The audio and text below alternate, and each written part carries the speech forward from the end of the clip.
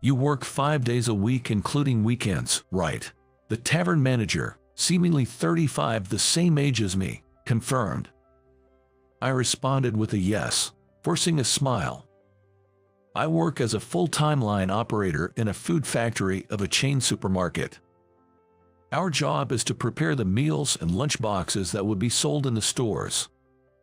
My shift is from 7 in the morning to 4 in the afternoon. Since we operate in shifts, there is no overtime.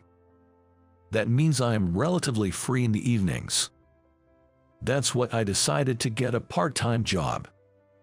I chose a tavern in the downtown area not too far from my one-bedroom apartment.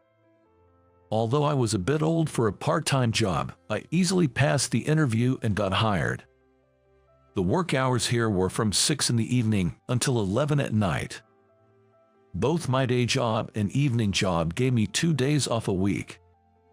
So, at least 3 days a week, I worked from 7 in the morning till 4 in the afternoon at my main job, and then 2 hours later, from 6 in the evening till 11 at night at the tavern. Considering the travel time and other factors, I probably got around 4 hours of sleep. Order up for the Alfredo pasta. In the factory's employee cafeteria, Catherine, who was in charge of cooking and serving, called out. This cafeteria was operated by a specialized contractor, so everyone working there was from that company. Other than Catherine, all the female staff were older women. Because of that, Catherine stood out. She was always cheerful and spread her kindness to the employees who came to eat. Many young male employees secretly admired her. The person she called for the Alfredo pasta was me. I went to the counter with my ticket. "You really like that Alfredo pasta, don't you?" Catherine, wearing her white headband, remarked. For an extra 50 cents, I could have had the crispy shrimp Alfredo pasta. Wonder if she thinks I'm being stingy. Feeling somewhat embarrassed, I simply nodded. She responded with a smile. "John, you look exhausted. You know, you've got bags under your eyes," said my junior colleague Peter, as I ate my pasta at the cafeteria table. At the food factory where I worked, side jobs were permitted, so I had told my co-workers about my part-time job at the tavern. "It's a floor job, so I'm on my feet all the time. It's pretty tough," I replied. It hadn't even been a month since I started the part-time job. "Don't push yourself too hard, okay? Take care of yourself," Peter advised as he finished his meal and stood up to leave. The reason I started the part-time job in the first place was to raise funds for renovating my aging family home back in Nebraska. My father passed away a long time ago. My mother lived in the family home with my sister and her family. She, now over 70, had begun to weaken, and last year she tripped over a step in the house and got injured. Thankfully, it wasn't too serious, but my sister suggested we should renovate the home to make it more accessible for our mother. My sister, who has 2 kids still in elementary school, is tight on funds. So, she asked if I could help financially. When you want to repay your parents, sometimes they are not around to receive it. Determined, I decided to work part-time at the tavern to raise funds for the home renovation. The factory's cafeteria was somewhat old-fashioned. You'd buy a meal ticket from a machine, pick up a tray, and line up. For set meals, there are pre-arranged side dishes that you grab for yourself before moving on. If there was a dish you didn't like, you could request a change, and they'd accommodate as best as they could. The same went for the amount of pasta or soup.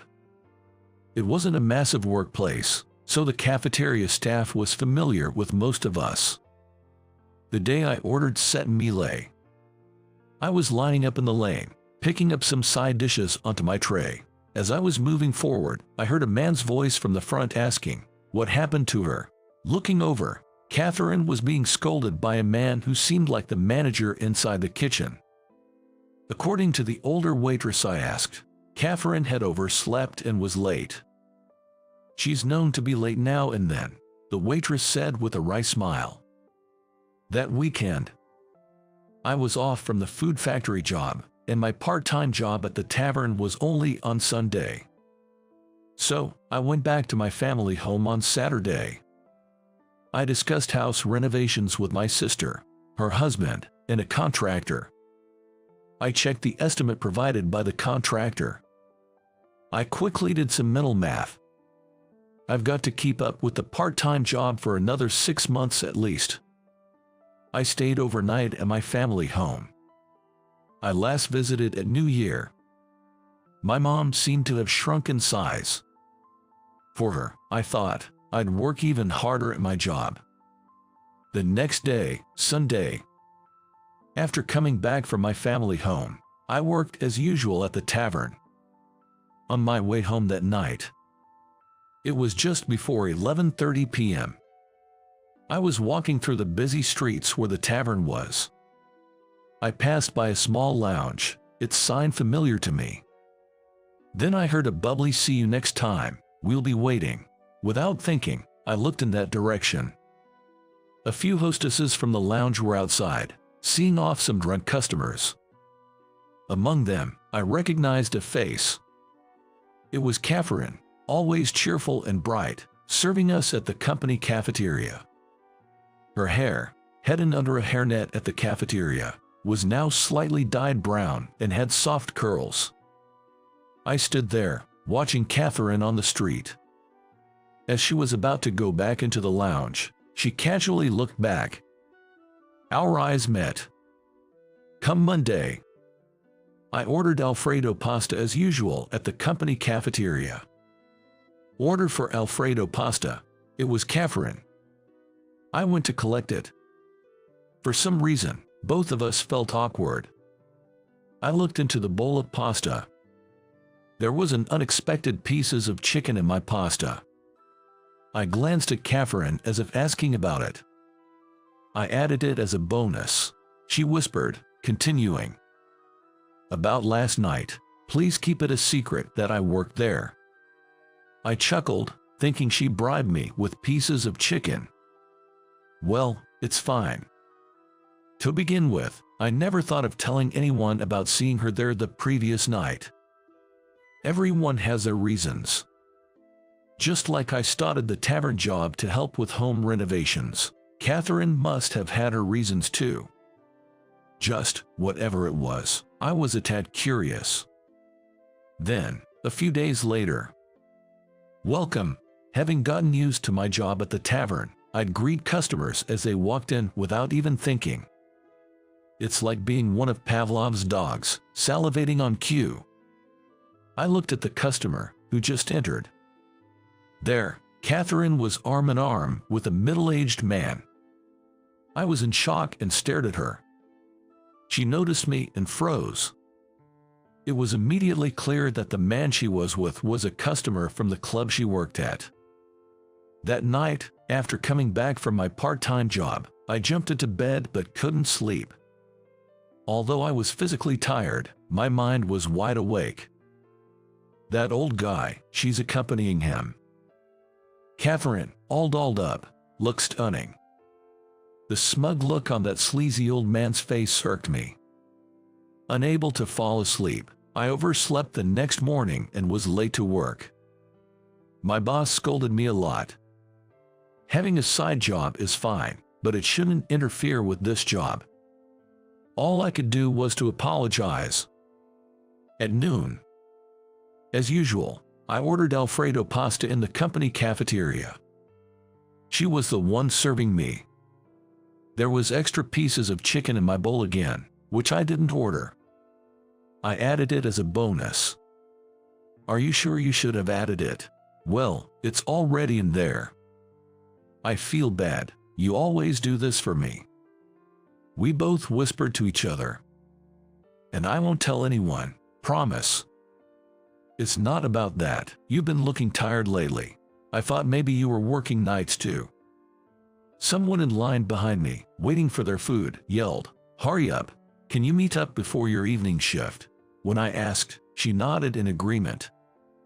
And that evening, a little after 5 p.m., Catherine and I met at a coffee shop near both our workplaces. Having two jobs is pretty tough, huh? Don't you think? I just wanted to comfort her, but she looked at me intently. Then, she asked me why I was working nights at the tavern. I told her the honest truth, that I was trying to save up for home renovations. "Oh, so you have a noble reason like that," she mused, taking a sip of her coffee. Then, she sighed. "Why do you think I work as a hostess?" she asked defiantly. I asked her why in return. "I just want a more comfortable, luxurious life, and I need money for that." With a challenging look, she said. "Is that so wrong?" "Not at all, but isn't it risky if your main job finds out?" I asked her why she kept her hostess job a secret. "Yeah, my company doesn't look too kindly on it. The company that hired her to manage the cafeteria, like my food processing factory, for example, didn't like having employees associated with the nightlife business." That evening, after getting back from my part-time job at the tavern, I thought of her as I massaged my calf muscles from standing all day. If only we could live a bit more lavishly. She probably earns more now from working all day, but I wonder if she's truly living the life she wants. From then on, Catherine and I often met at the same coffee shop before our evening shifts. The lunch today was handled by someone else, so it was without chicken, right? "You don't have to treat me. It makes it harder to ask." Saying this, I gave a slight nod. "John, you seem to have quite a few food preferences, don't you?" "Yeah, I get that a lot. What about you, Catherine?" When I asked her, she just shook her head. Around this time, she started calling me John, and I called her Catherine. She then asked me about other foods I dislike. After some thought, I replied, "Fatty bacon. Also, I do not like minced meat." "Really? It's so tasty though." A few days later, in the company cafeteria, I chose the set meal and lined up. That day's side dish was nachos with minced meat. As I always did, I was going to push aside the minced meat and eat just the nachos, when a hand from the opposite side placed a bowl on my tray. When I looked up, Catherine was there, whispering, "This is better for you, right?" I looked at the bowl on my tray. It was a generous serving of nachos without any minced meat. Of course, there are other servers, so I couldn't always get Catherine to serve me. However, when I was lucky enough to get her, she would add some kind of extra to my lunch. She had mentioned she was taking a few days off to go back home for her cousin's wedding, and after her return, we met at our usual coffee shop for the first time in a week. "You still look so worn out," she said, handing me a souvenir from her trip. "How was it? How's your family?" I asked, and she simply nodded to indicate that everything was the same. Then, out of the blue, she began. "When I was a child, a massive hurricane hit, and our house was blown away. The region where her family lived had suffered significant damage, and they were forced to evacuate for nearly a year. At the evacuation center, they only had rationed food, so they couldn't be picky. That's why she never became picky about food even now." I feel ashamed of myself hearing that. No, that wasn't my intention in sharing that. Living in temporary housing, and even after their home was rebuilt, her family lived frugally and scrimped and saved. That's why I wanted a more luxurious and graceful life. That's why I wanted money and worked as a hostess, she confessed. I just nodded in silence. Her cousin's wedding was a small, only within the family. But she kept talking about how beautiful and happy her cousin, dressed in a wedding gown, looked. "That's why I'm thinking of quitting the hostess job," she mentioned. "That sounds like a good idea. Just quit, right, Catherine?" I was insistent. Insistent that she quit being a hostess. "John, you ordered the pizza set A, right? At the company cafeteria," Peter, sitting opposite me, looked at my plate with curiosity. "Doesn't it have more than mine? And doesn't it come with both potato and macaroni salad?" I tried to deflect with a cough, then turned to look at the serving line. The girl with the bandana was serving customers with an innocent expression. A few months later, after finishing my shift at the tavern, I started my walk home. That night was my last day at the tavern job. I had saved up enough for my family's home renovation and decided to quit the job. As I passed by the lounge where she used to work as a hostess, several hostesses came out to see off their customers. She was not among them. And then, as usual, I bought a meal ticket and entered the company cafeteria. Looking around inside, she wasn't there. She had disappeared from this cafeteria. She had transferred to another company cafeteria managed by the same operator. So, I no longer got any extra service from her. In this cafeteria, these days, I often reminisce about the time after her cousin's wedding when we met at the coffee shop after a week. After she said she wanted to quit her job as a hostess and I told her to just go ahead and quit, she later told me this. Seeing the happy face of her cousin, she began to wonder what truly made her happy. It wasn't the luxury of lounging around at home. It was thinking about what little extra treat she could give me in the company cafeteria while waiting for me to show up, wondering what would make me smile, and actually seeing my happy face. She said this, looking at me with intense affection. And yet, here I am, sitting at my own dining table like a kid kept after school, facing a dish of nachos with minced meat that I just can't stomach. I just can't handle it. I don't like the taste of it. "Come on, eat up," she said, avoiding my gaze and looking away. I reached out and playfully tickled her collarbone. She brushed my hand away and looked back at me seriously. "Listen, you need to start overcoming your dislikes, even if it's little by little. You have to eat everything and think about balanced nutrition. It's not just your body anymore." Giving in to Catherine's stern look, I dripped some chili sauce onto the nachos with minced meat. How did you like today's story? Your subscription and thumbs up are a huge motivation for us. We're looking forward to reading your comments. See you in the next video.